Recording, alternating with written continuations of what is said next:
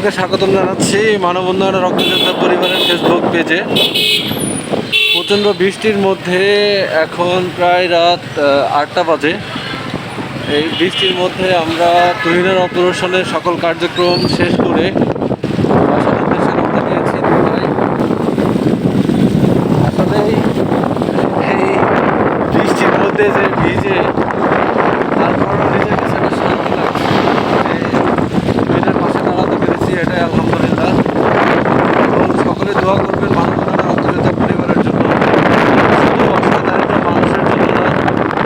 আমরা আমাদের সংগঠনের যে কর্মী তাদের গুরুত্বটা সবসময় বেশি দিয়েছি, কিন্তু ইনশাআল্লাহ সকলে তুহিনের জন্য দোয়া করবেন। যেহেতু তার পায়ের অবস্থা খুব খারাপ, এখন আমাদের মাঝে আবারও মানবিক কার্যক্রম করার জন্য আমাদের মাঝে ফিরিয়ে দেন।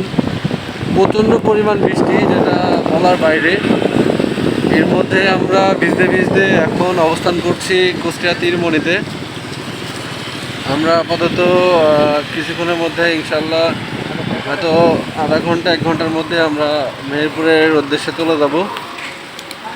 বৃষ্টি একটু বেশি হওয়ার কারণে আমরা আপাতত একটু দাঁড়াচ্ছি।